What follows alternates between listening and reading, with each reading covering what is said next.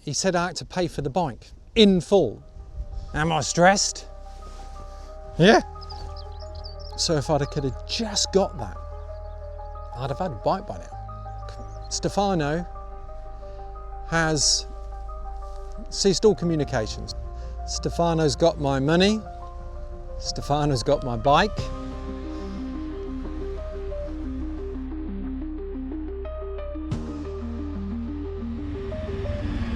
How are we doing, guys? So I'm out today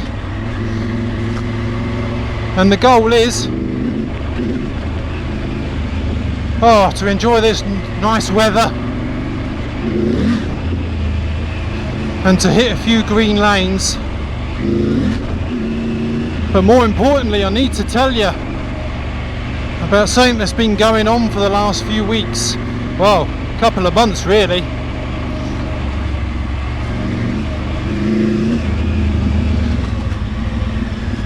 And it started to cause quite a lot of stress, because now I'm in a spot of bother. I've been wanting to buy another motorcycle, another modern classic.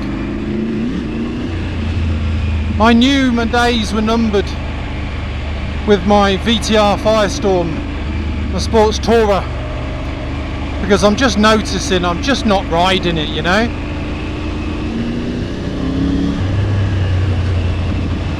So I figured I need to replace it, and I am an adventure bike rider.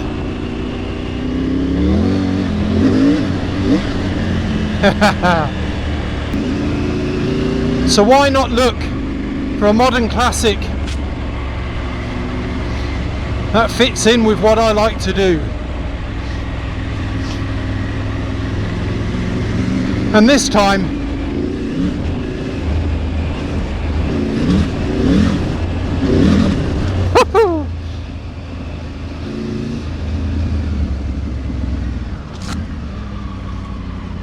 I wanted a bike that I will keep.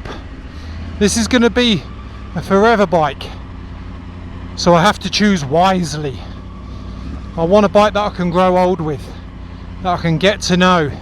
It becomes my buddy, my mate for those analog trips. Ow, just got hit in the head by a branch. Okay. Visibility here is always pretty terrible.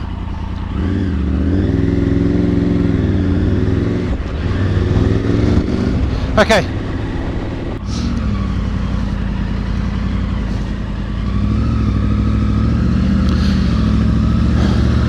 This is a green lane that's favoured by some of the 4x4 boys, so sometimes it gets a bit chewed up, a bit rutty. I don't like ruts. Anyway, so as the thumbnail suggests, I've had one or two issues with importing this motorcycle. In fact, it's gone bad, as in south, like properly south. Oh, this is slippy, by the way. Let's get on this side.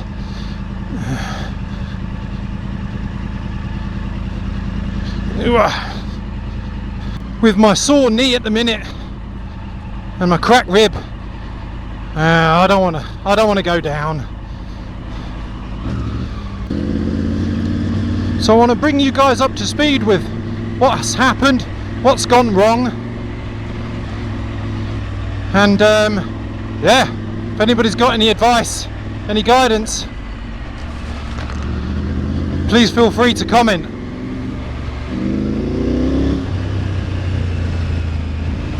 So I'm gonna have a fun few hours.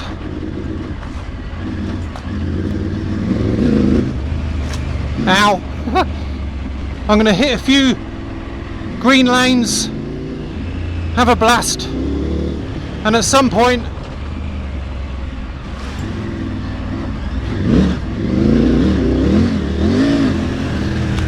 I'll pull over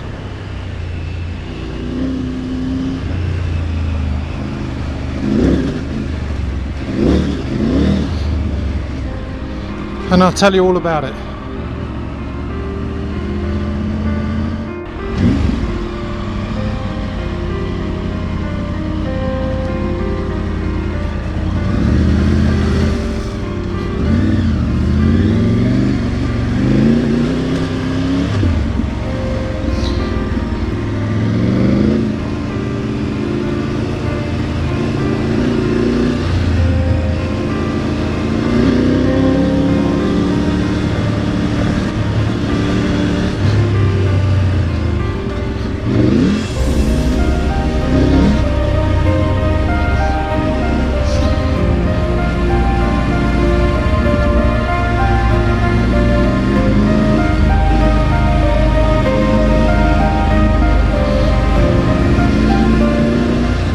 I love lanes like this. You really enter kind of a flow state.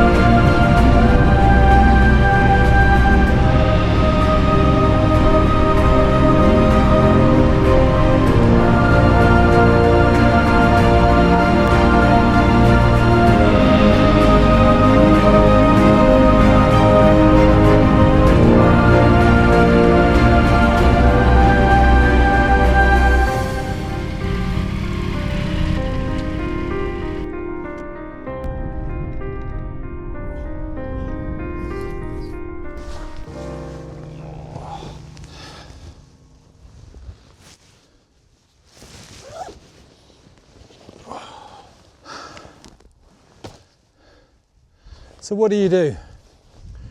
You're on the threshold of a dream. You've almost got your retro modern classic, and at the last minute it's taken away from you. Do I have regrets? Yeah, sure. Am I stressed?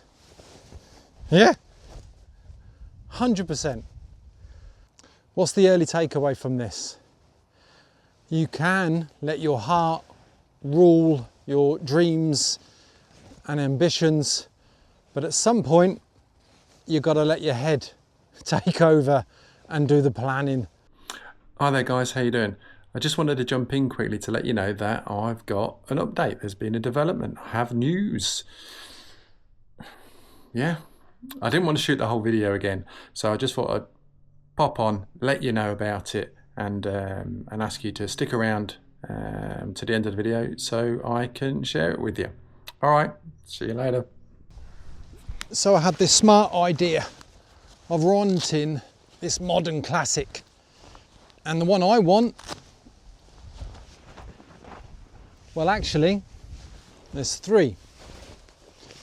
There's the BMW, the 1150 GS, it's the Ewan McGregor, it's the Charlie Borman bike. They shaped my life. I watched that as a young man. Who didn't want to be those guys riding around the world? The other bike is an Africa Twin, legendary machine. And the other one is an old Tenere. So when I found this bike, it wasn't local, it was in Italy. As I'm standing here now, I've spent X amount of money. Well, actually, I'll tell you,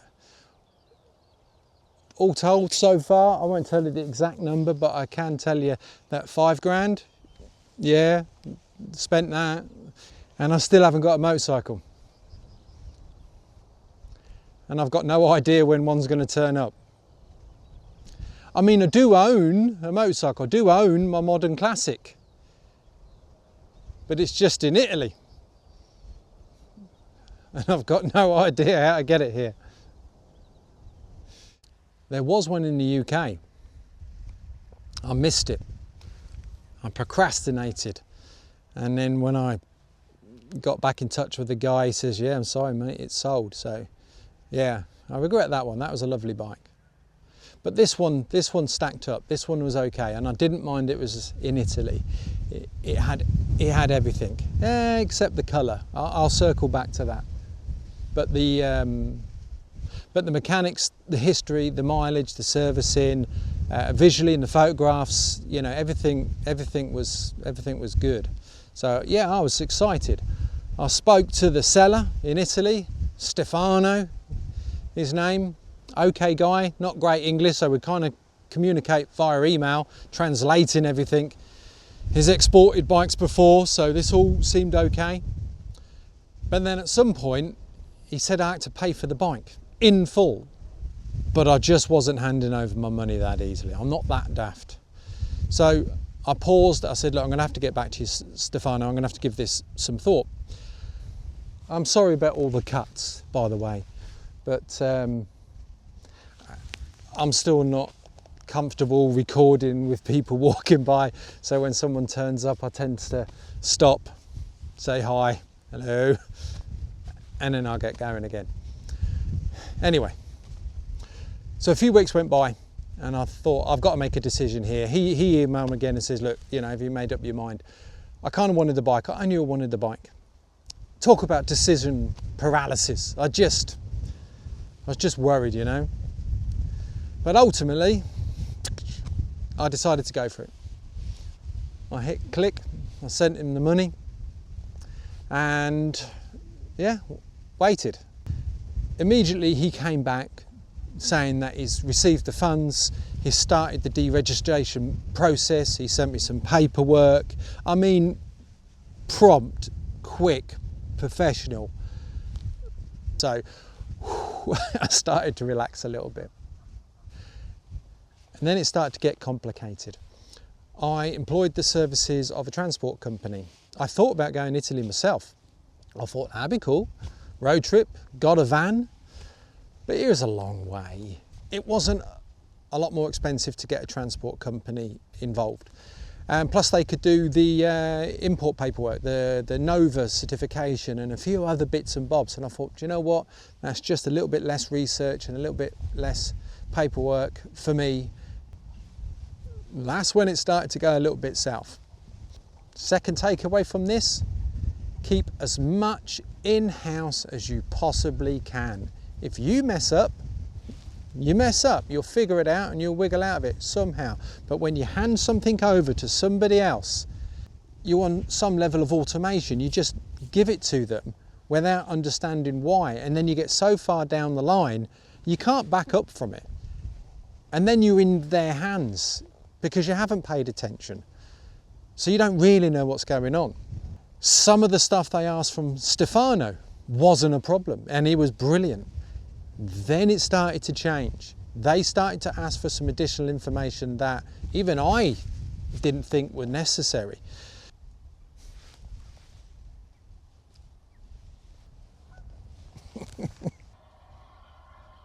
Right, so one of the final bits of paperwork, we had everything in place, begrudgingly, but Stefano came up trumps. They wanted him to sign some paperwork that was not in his native language, but essentially it was power of attorney, so they could act on behalf of Stefano to export the bike. He refused point blank, and I've got to be honest, I don't blame him. Who wants to sign power of attorney? He has sold the bike, it's left his forecourt, he's done, right? Stefano has ceased all communication. Just the other day, he sent one final email. He considers the bike sold. He says, Dave now owns the bike. He does not want to talk to the transport company, and he's not going to have any further conversations via email about the exportation of this motorcycle. Stefano's got my money. Stefano's got my bike. And I'm panicking. The kicker in all this, they plan these routes out. So they've got a guy in a big van and he's going around picking up bikes. They told me this when it was close to this one signature that I needed. The guy in the van was in Italy. He was passing through. I don't know how close he was, but he was passing through. So if I could have just got that, I'd have had a bike by now. So what's the bottom line? Do it yourself. Keep everything in-house, even if it's a little bit harder. Sometimes when you throw money at a problem, it just creates another problem. Wait and find a UK bike. If I can get hold of it, I won't regret any of this. Right, I wish I could sit here today and give you the Hollywood ending to all this, but that's not how real stories go, is it? Hi guys, so the update. When I reached a dead end between Stefano and the transport company, I made a decision that I'm just going to go to Italy myself.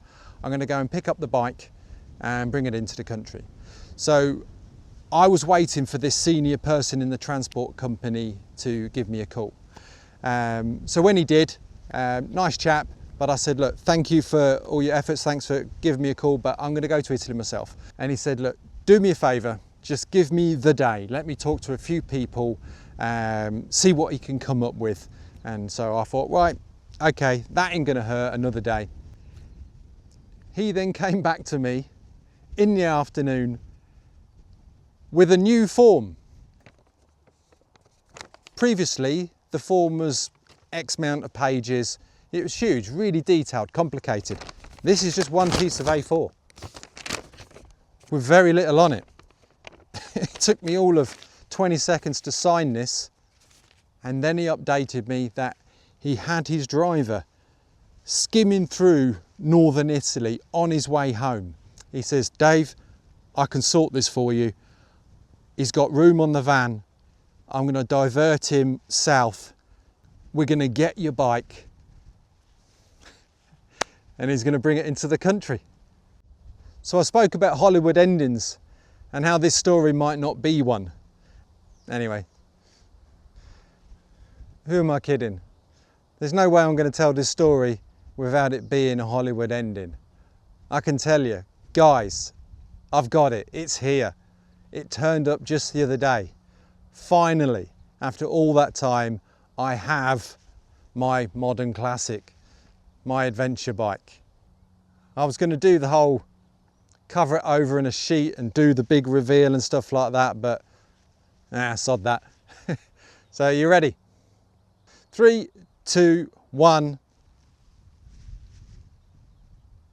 Yep. I've got my Africa Twin, my modern classic, my adventure bike.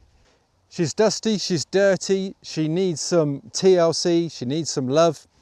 I've got a lot of things I want to do with it. Who guessed? Who guessed it's going to be an Africa Twin? There's 3 options. Next stop, get it in the garage, have a walk around and start stripping her down. Right, thank you very much guys.